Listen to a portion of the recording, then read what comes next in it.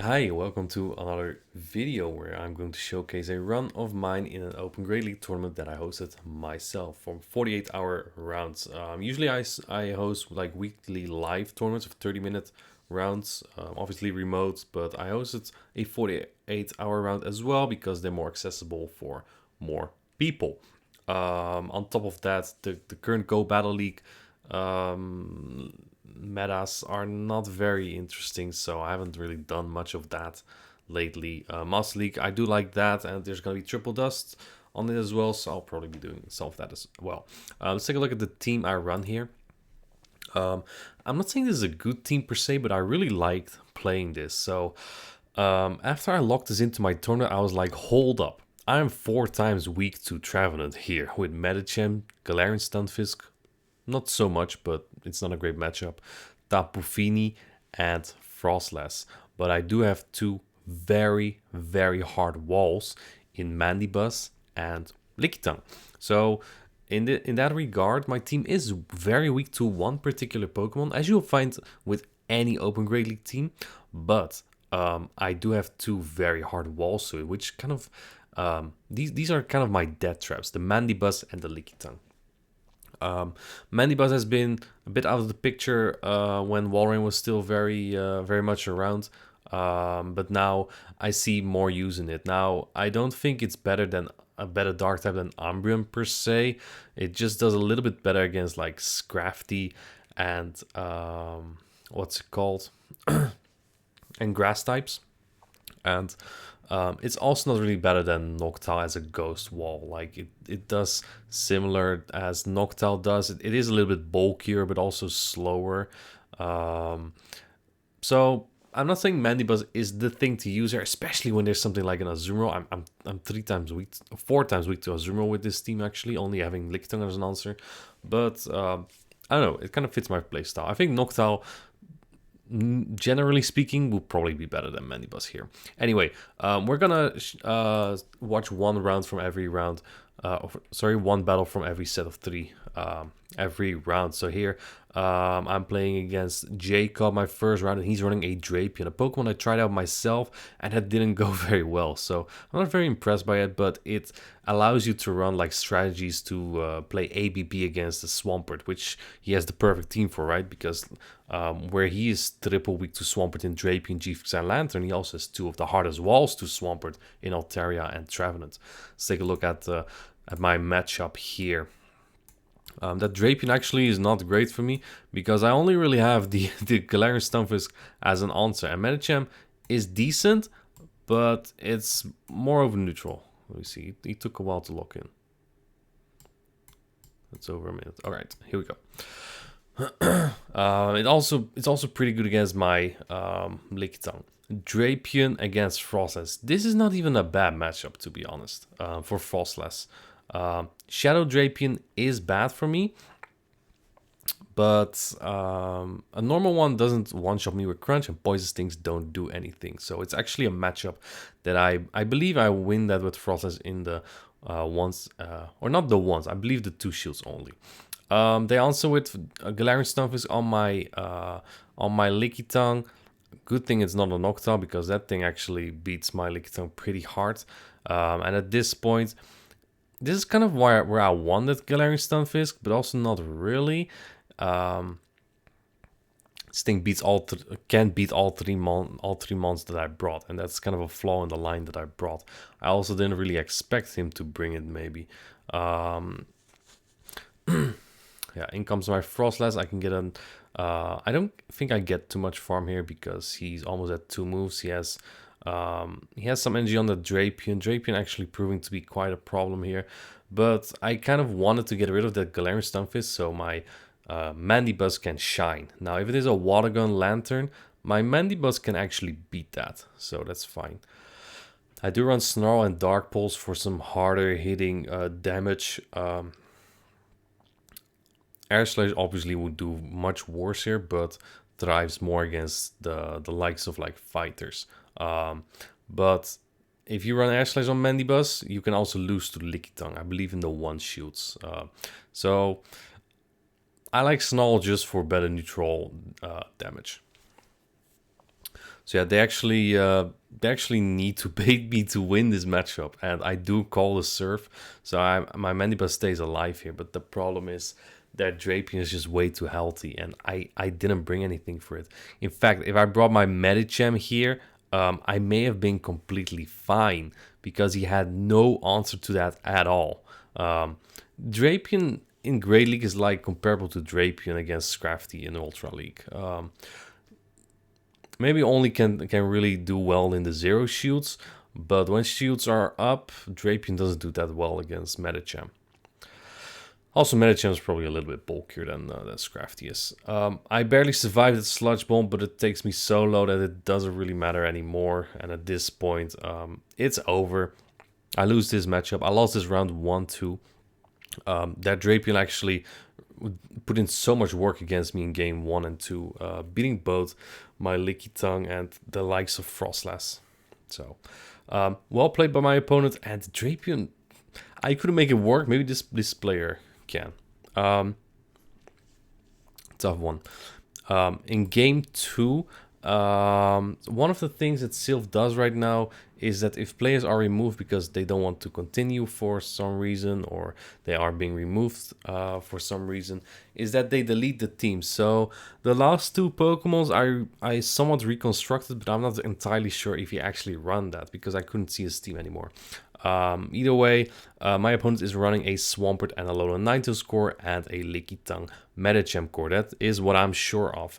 And those 2 cores are just really, really good, really unbreakable. If you're going to play Pokemon tournament or something, Lickitung Medicham is always safe. Even a Mandibuzz, an Altaria, Nidoqueen, Noctowl, if I didn't already say that, Mandibuzz, if I didn't already say that. It's so difficult to break. Those 2 together have so much play. Let's take a look at this matchup against Albro. I lead Lickitung into Alolan Ninetales. This is a decent matchup, a very decent matchup for Lickitung. And they swap into Swampert. Now, Shadow Swampert can win the 1s and the 2 shields with a very slight energy advantage. Straight Hydro Cannon.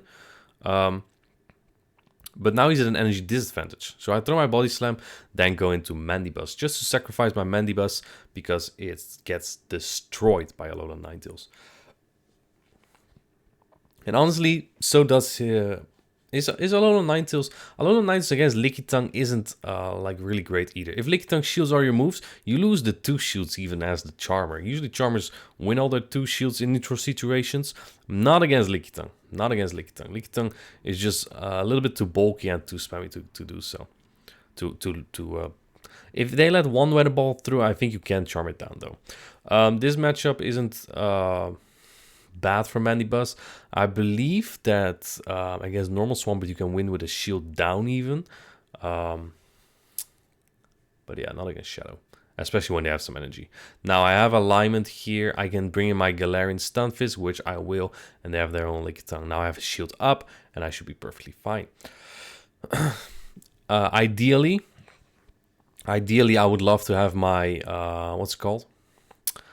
My Mandibuzz on this Lickitung. Mandibuzz is really good against Lickitung. You can farm. I believe you can also win that with 1 shield down. But like you always come out with an extra move when you answer a Lickitung safe swap. Mandibuzz is busted against that. They actually top left because that was basically over. Those were kind of RPS matchups. Either way. Yeah, I always had my Lickitung and at Alolan Ninetales, and it just had nowhere to go really. Game number 3 against Chun, who is also Dutch, which was pretty fun because I met him in Lille as well. Running a team that I really like with triple Ghost in Trevenant, Sableye, and Frostless, which is really cool. But it kind of lacks Lickitung answers here. Medicham, not a Lickitung answer, except if you have some fighting charge moves. So I kind of expect that on him. That would lose some flexibility on it though. Noctowl is a good Lickitung answer, and Lantern also soft loses to Lickitung. So that's definitely a key Pokemon that I have to bring. And again, even though I'm so weak to Trev, I'm really not expecting it because I run Mandibuzz and Lickitung, and those are so good for me here. Let's take a look at how this goes.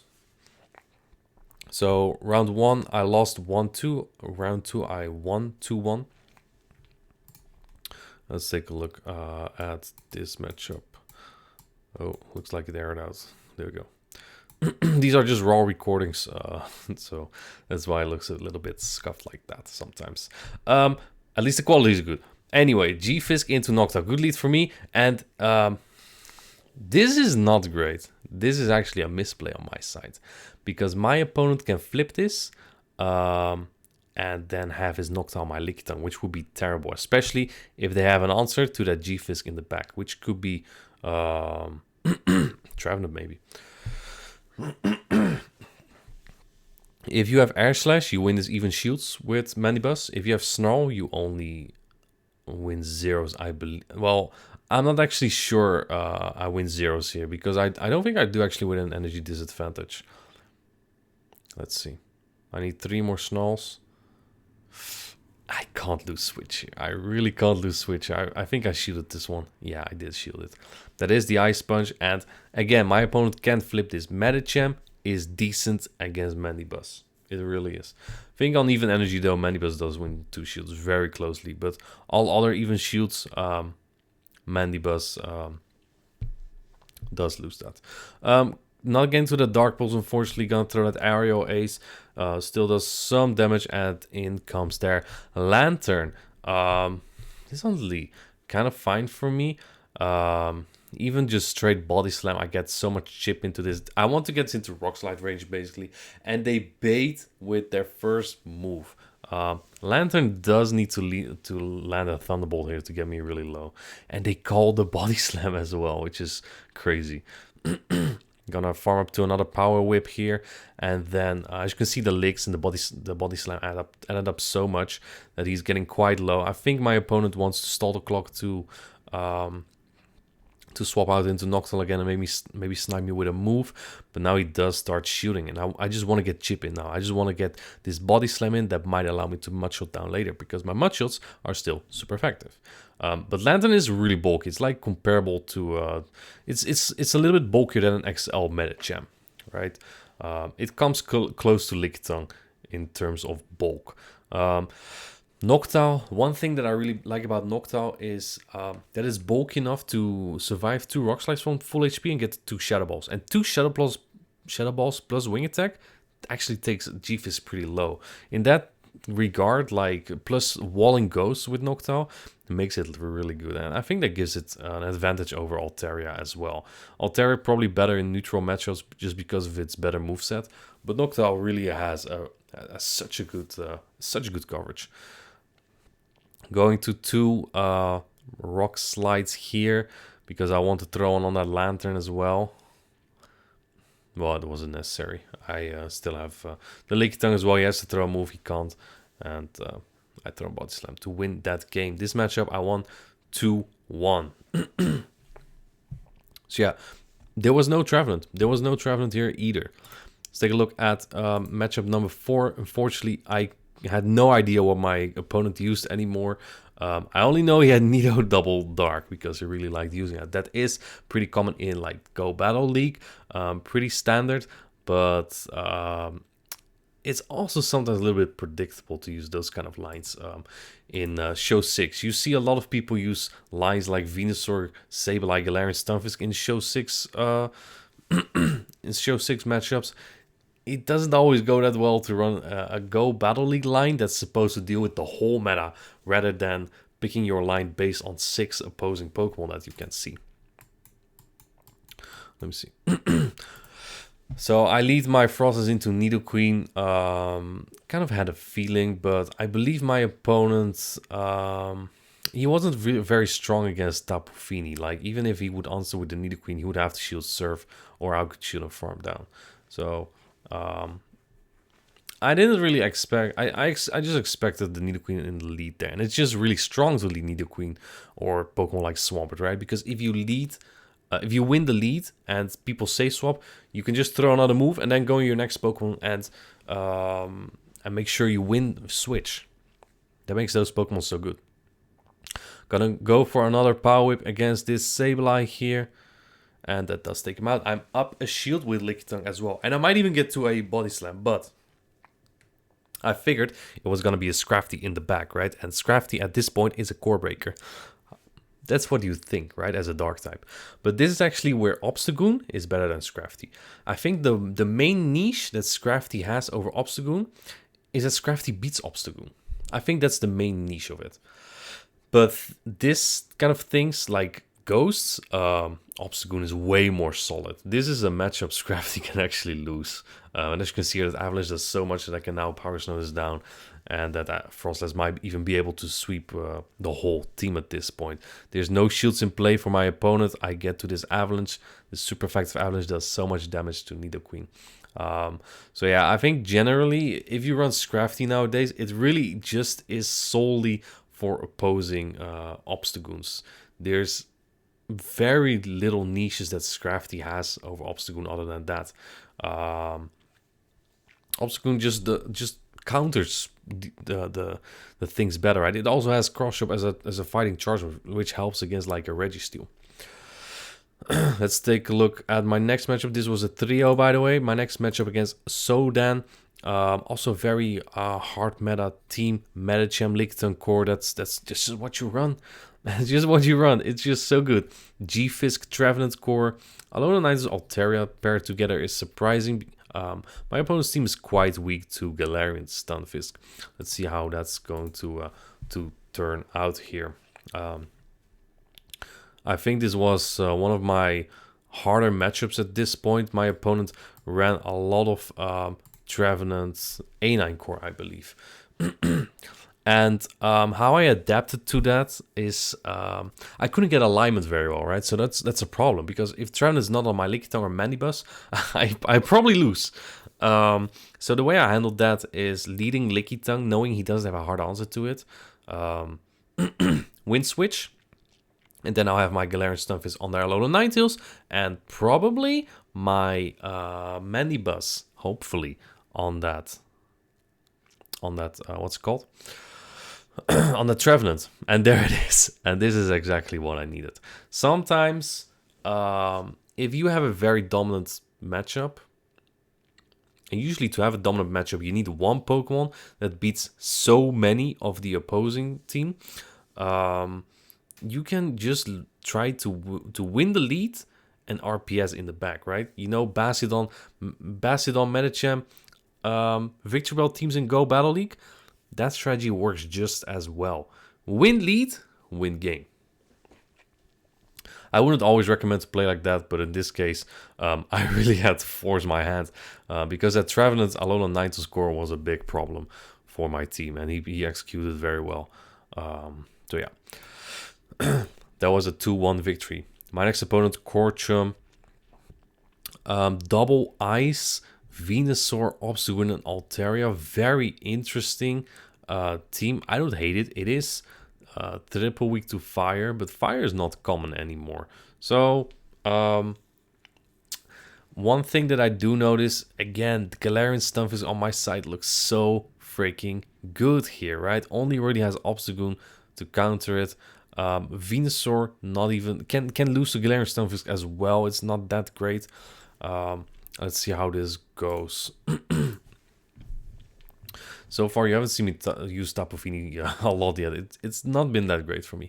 I lead my Medicham into the Galarian Stunfisk, and my opponent, his answer to Galarian Stunfisk is his own.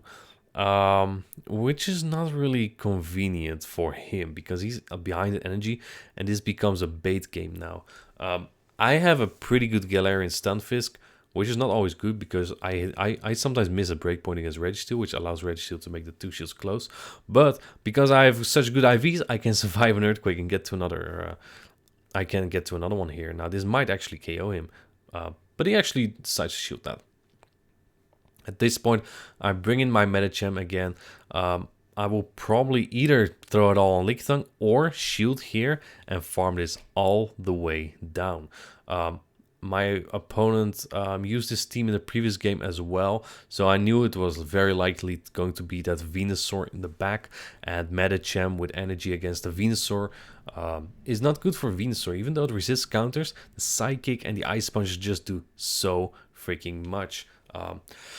A very good ranked Medicham. I believe I have the rank 1. Wins against Venusaur in the 2 shields straight Ice Punch. Kind of crazy, right? It's really good like that. Because you barely survived the Frenzy Plant. Against Shadow, you don't really win that though. I take out the Alolan Ninetales there, and there indeed is that Venusaur. Not sure if I should have thrown his Ice Punch per se, but it does bring him into Licks plus Body Slam range. If he throws 2 Frenzies before I get to my first Body Slam, then I will get to another move on my Medicham. So I basically locked him. Basically checkmate. The second Frenzy probably barely wouldn't even have KO'd. So yeah, you see me play a lot of Lickitung Medicham in these battles. Reason why, opponent, actually he has an obstacle, so he does have a hard answer. But yeah, like since Registeel is less common, Lickitung has become way better.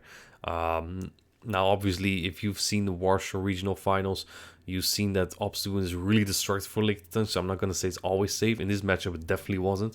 But if anything else, it's so good. My next matchup against my good friend Smeetix. You may have seen him at the Warsaw Regional as well. Really nice guy and really good battler. He's running a very meta team. I'm not sure if this is the one Hot Pocket also used in Peoria, and that Colin 6 IX also used in Liu to win it. But it is one that's very tough. It's a very solid team. There was one core breaker to it. I can't really remember what it was. I think it was Frostlass or Trevenant. No.